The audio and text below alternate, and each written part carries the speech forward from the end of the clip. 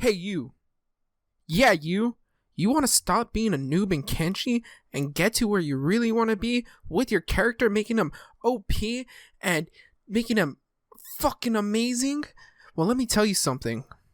Alright? This is probably the best news that you're going to hear in this month. I will give you that info for just about $24.99, and that's not including the expansions. Just playing.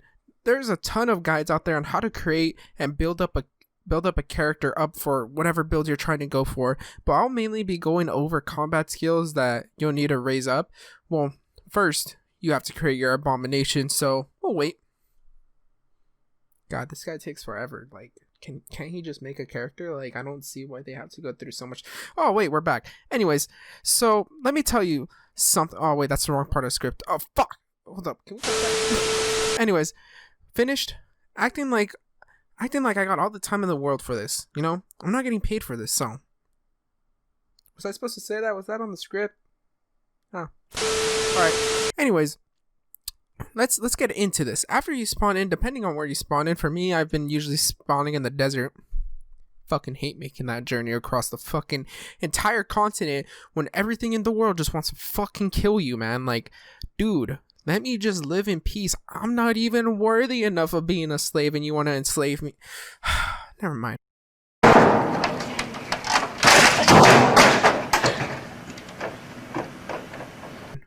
First thing you want to do is mine iron. You want to overload yourself with so much iron. It feels like you're at grocery shopping and you don't want to buy bags, but you surely do need bags by being stubborn about it. And then turns out you dropped the most important thing that you came for and you have to buy it again. Sorry, I just got a flashback. I don't know what that was. After you overload yourself, you got to spend some time walking from town to town. If I were smart, which I am not, I would recommend you to do this in the Honin Nation because it's one of the best and safest places in the map, and I consider it a newbie heaven. So, I mean, if your character sucks, that's the place you want to be. After you have built up some strength to a considerable amount, I mean, assuming you have a stacking mod that lets you stack the inventory, like the items in your inventory, this won't be that hard. I would say, in my own opinion, about 45 to 50 strength is about what you would want to aim for. After this, you sell the iron you had got, and then you get a lot of cats from selling it, and then now you spend the money on hiring personal bodyguards or mercenaries and buying food. Human mercs aren't the greatest, but they'll do, assuming that you are in the Okran area. Anyways, you will then go into Okran Pride, or the green area as I call it, and start fighting river raptors. Personally, I would advise using martial arts as it zooms your deck so fast it looks like a goddamn racehorse. Let's play that clip. Anyways, you know, that's what you guys should do. It does actually help your decks out really well. Something about punching moving targets makes it seem so hard. But once you do that for a little while, you want to move on to starving bandits. They're like the second tier of people that you're going to want to try to beat up. And personally, I would advise like not like saving before every encounter just in case, but like not save scumming, if you get what I mean. Like if you get like the thing I'm trying to say.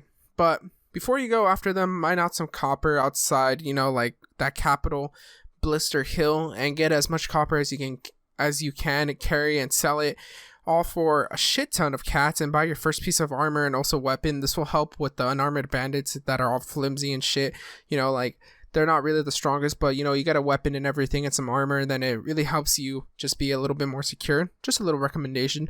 So once you get to starving bandits, just make sure your whole squad doesn't get knocked out, because then you'll be in trouble. After doing this for a while, you want to move on to Garus and Bulls. For Bulls, I'd be more careful because they will knock the whole squad out. You have, even with human mercs, I've literally been playing like a new playthrough with this big Ed looking guy. That video is coming out soon. I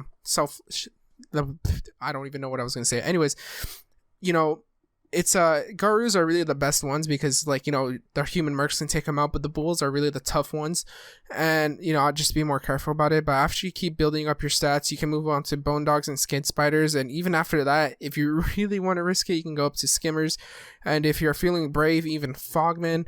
The only reason I don't advise fogmen is usually because, like, if you get all knocked out, then you're kind of screwed because they'll start eating you alive.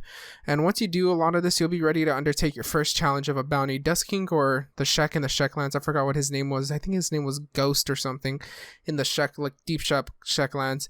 And once you do this, you should build up your stats a little bit more, but that's my guide to you. Also, the biggest tip I can give you is to not save scum. Whatever you do, just don't save scum, because, you got to be willing to risk it for the biscuit.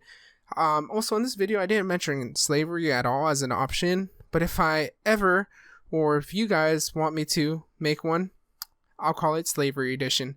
Hope you guys did enjoy. Remember, leave a like, subscribe. We're on our way to 1K. And also, I do have a lovely Discord filled with the most loveliest people that you'll ever meet on the earth. Peace.